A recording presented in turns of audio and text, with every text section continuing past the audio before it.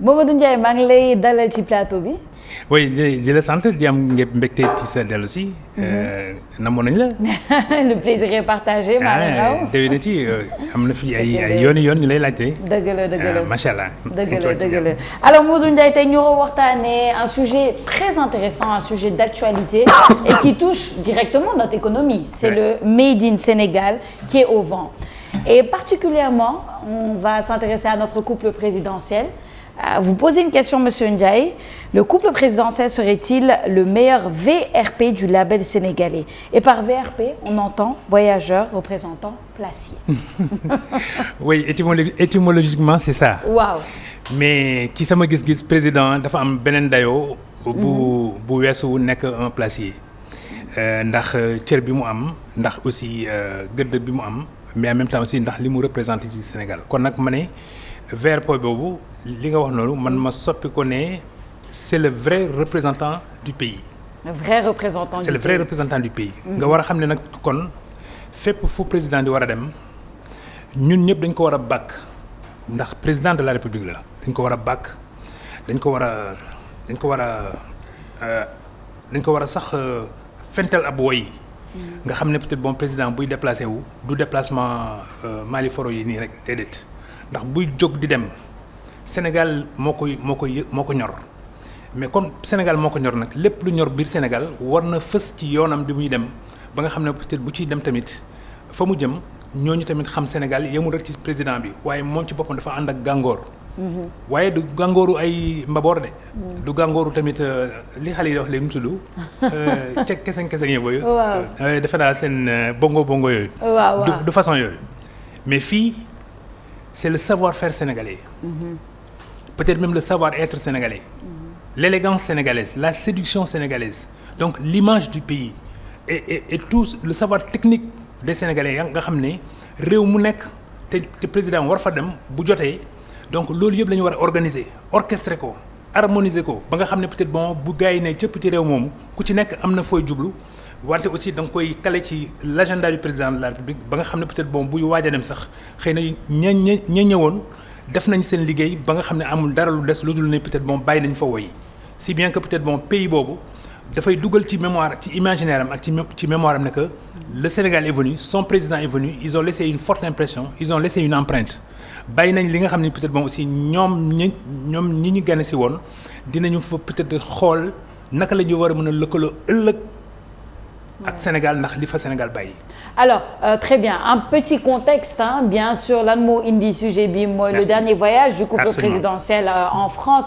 gis nañ ko déjà au départ ñëpp rafetlu nañ sur la toile un peu partout ces belles tenues qui sont 100% made au Sénégal de la première dame et du président ñëpp rafetlu waa tamit lors de sa rencontre non seulement avec nga xamante ni moo di le président français Emmanuel Macron mais son discours à l'inauguration du forum sur la souveraineté vaccinale lu mu sol c'était 100% made in Sénégal mu daal di représenter dëkk bi très rapidement monsieur Ndiaye balaa may jox kàddu gi Abdourahmane au Sénégal de belles choses se font qu'est-ce qui manque économiquement pour que ñu mun a vraiment soutenir pour que ñu mun a am comme vecteur de développement tout ce qui est made in Sénégal est-ce que c'est ça qui manquait cette représentation là. bokk na ci. parce que lii bokk na li nga xam ne par exemple disons dina mën a secouer le label sénégalais dina ko mën a secouer mais man tamit xaaral ma dut sa mbaaram tuuti ci le couple présidentiel soo ma mayee. effectivement il y a eu un débat autour. La première dame est sortie de la fort belle manière avec tout ce qu'elle avait revêtu comme étant peut-être bon voilà production locale. nit ñi nag coow nañ ci ne Paris lay dem xëy na dina romb Champs-Élysées dina dem peut-être bon voilà avenue Foch nangam. les belles places de Paris mais aussi il y a les belles places du Sénégal. si bien donc que quand les sachants parce que man débat buy am rek na fekk ñi ko seq ku ci nekk am nga loo ci war a mën a indi peut-être bon mu njëriñu réew mi. donc les sachants du modèle sénégalais. de la mode sénégalaise mais am aussi des tendances lourdes sénégalaises. ñooñu bu ñu waxtaanee nga déglu leen di nga xam ne peut-être bon lii am na njëriñ pour ñoom. parce que dañ ne am na ay première dame bu ñu daan dem Paris dañuy foog ne puisque Paris la ñuy dem il faut ñu comp ci la Paris am ñu indaale ko wane ne peut-être ñoom aussi peut-être bon ci say bi la ñu bokk. les grandes marques parisiennes qu'on ne citera pas merci Sophia. donc nga xam ne ñoom dañ koy dàll yi tamit ñu ne xëy na dàll yi fële la jógee. bëggul dore yi feneen la jógee mais lépp Paris la jógee mais kon yow miy ñëw la nga indaale. indaale woo dara loo fay bàyyi ngir ëllëg peut-être bon am ku fa jógee sax am sañ-sañ ne maa ngi dem ci réew mi ndax li ma gis nii. amal na ma solo pour ëllëg peut-être bon man tamit ma mën cee roy wala ma mën cee bàkku. tout à fait mais des sacs qui coûtent 15 millions 20 millions. oui benn sac. nga xam ne y a des dispensaires ici dans la ville là qui n'ont pas de médicaments. y a des écoles qui n'ont pas de cantine et peut-être 150 000 francs rek la cantine fonctionne. mais attends suñu xoolee yooyu peut-être bon dinañ ne parfois y a des dépenses qui sont superfétatoires ostensibles. et puis benn yoon nga koy kii bon vous les dames là boo ngeen sol il paraît que bu ngeen dooree benn affaire balaa muy feeñaat xam naa dina fa fënax. ça dépend. alors par conséquent la première dame est apparue avec tout le label sénégalais de la tête aux pieds avec tout le respect donc à la première dame qu'elle est et aussi peut-être bon ses accessoires. On a dit que c'est des Sénégalaises ou en tout cas c'est des Sénégalais qui ont fabriqué ça. Mais ça moi j'applaudis des deux mains. J'applaudis des deux mains parce que quand il est allé là-bas, il a montré un autre look, n'est-ce pas, du design sénégalais, de la fashion sénégalaise. ba nga xam ne peut-être bon donc loolu titre kaay la, mais en même temps aussi moom elle y est allée avec l'aisance sénégalaise, mais aussi le charme sénégalais, comme ce que décrivait Karim. Voilà si bien donc peut-être man je pense que de plus en plus war nañu bàyyi xel ci la nga xam ne peut-être bon ñun ñoo ko moomal suñu bopp. Maintenant la question que vous posez c'est qu'est-ce qui manque maintenant pour que peut-être bi mën a décoller. Mais première chose il faut d'abord que nit ñiy defar que ce soit l'artisanat la demi-industrie ou bien peut-être bon même la fabrique à grande masse. ku ci nekk peut-être bon créneau bi nga occupé nga defar ba nga xam ne peut-être bon au moins ñoŋ na. mais en même temps aussi peut-être bon lu ñu la ci laaj war nga ci mën a delluwaat. mais en même temps aussi peut-être bon ma jël benn exemple boo fabriquer la belle chemise que vous avez revêtue ce matin. Cette chemise là si elle est fabriquée mettons par un couturier sénégalais. Mais le modèle de représentation bi nga sol nii. S'il y a 50 000 jeunes dames. qui ont la même corpulence que yow. chemise boobu waratu leen jaaxal pour ñu ne peut-être bon chemise bi c'est XL wala c'est LL. ba nga xam ne képp ku ñëw. bu jëlee chemise bi bu ko solee day yem ci moom parce que. qui est made in Sénégal d'ailleurs. mais voilà donc moi aussi c'est made in Sénégal. bah oui voyez-vous. bah oui y a que hein. non il met beaucoup de made in Sénégal nag. n'est-ce pas loolu moom il faut le dire. voilà ouais. Donc loolu bokk na ci li manqué Sénégal. daal tamit c'est pareil bu ñu nee 42 la ñëpp ñu bari bëgg nañ ko. mais le made in Sénégal de la chaussure 42.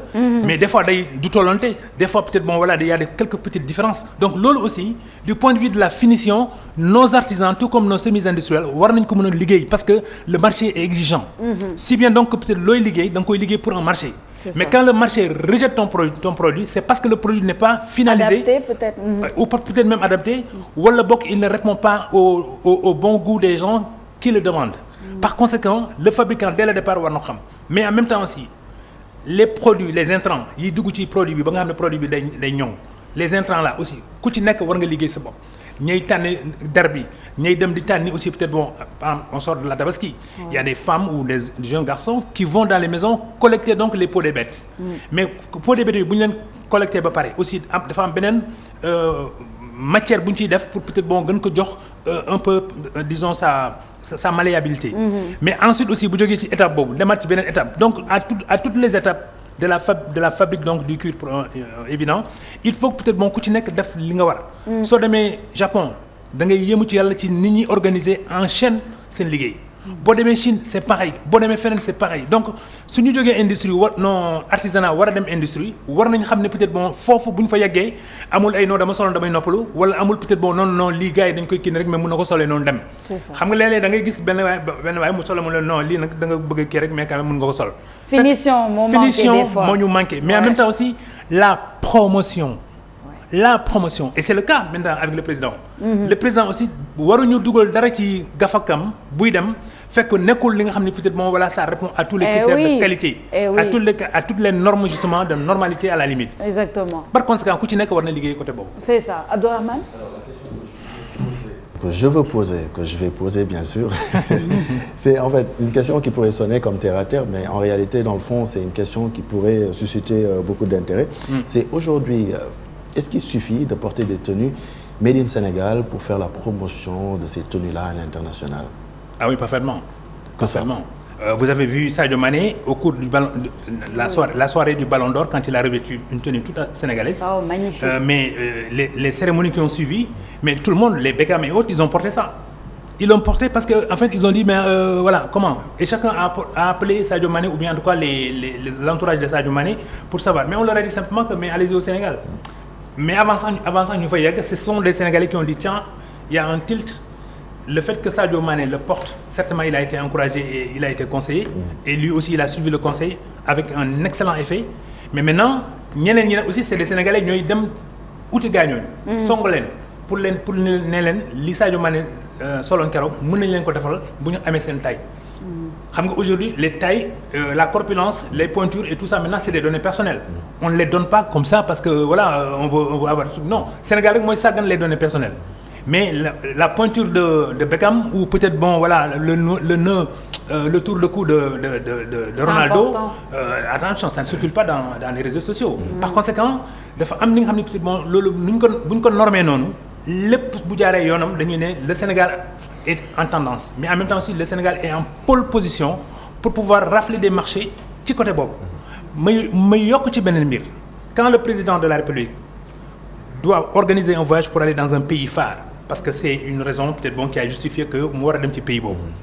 Mais je présume que d'abord le voyage il s'organise au plan diplomatique, au plan culturel, au plan économique, au plan géographique. Ouais. Maintenant qu'on est pays pétrolier également, la visibilité sur notre pays également, voilà, s'élargit et s'approfondit. Mais il me semble qu'il y a des têtes pointues sénégalaises qui peuvent également accompagner le président de la République. Par exemple, un Sadio Mané peut accompagner le président. Quand il est quelque part dans un pays, mais Sadio est aussi visible que peut-être tous les autres membres de la délégation s'il ne les éclipse pas. Je le dis comme ça. Mais il y a aussi peut-être bon, voilà, des jeunes chercheurs sénégalais qui sont dans de très grands laboratoires en Europe. Tiens, vous parlez justement de l'innovation vaccinale. Oui. Mais ces jeunes qui sont dans ces laboratoires-là, on doit les détecter pour savoir aujourd'hui peut-être bon, quels sont les moyens les plus affinés pour avoir une stratégie peut-être bon de fabrique de vaccins. Peut-être bon, ce sont des Sénégalais. Et je ne m'arrête pas à ça, mais il y a aussi des Africains. Parce que de plus en plus aujourd'hui, certains présidents africains, si ils voyagent en Chine, mais au lieu de voyager avec les nationaux de leur propre pays, je vais prendre un Drogba en Côte d'Ivoire, je vais prendre un Eto'o au Cameroun, je vais associer un El Hadji Diouf à Dakar. Peut-être bon, il constitue certes la délégation du président sénégalais, mettons, mais en même temps aussi, peut-être bon, c'est le label africain qu'il reflète. À un moment donné, peut-être bon, voilà, l'influence s'impose parce que les Africains, ils arrivent maintenant soudés, ils arrivent unis, ils arrivent peut-être bon dans des projets peut-être bon où ils jouent collectif. Et puisque c'est des footballeurs, je crois que voilà, c'est à 11 qu'on joue un match de football. Alors en fait, dans ma question, il y a un sous-entendu quoi, une autre question sous-entendue. Si je peux oui, dire. En comme fait, toujours. Voilà, en fait, je voulais dire, si aujourd'hui, est-ce qu'on ne doit pas aller en fait plus loin, c'est-à-dire soutenir les artisans, par exemple. Est-ce que les artisans sont suffisamment soutenus, permettez la répétition, au Sénégal, par exemple?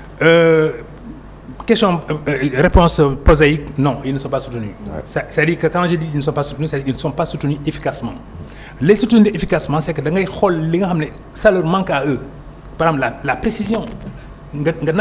Précis. Peut-être bon, voilà, ça répond à une finalité.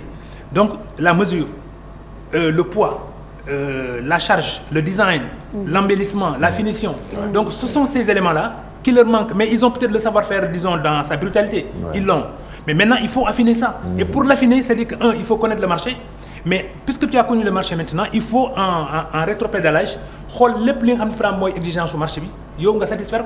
Par exemple, quand le cuir sent mauvais, c'est parce que peut-être bon, au niveau du traitement pour enlever peut-être bon, l'odeur du cuir là, ça n'a pas été fait dès le départ.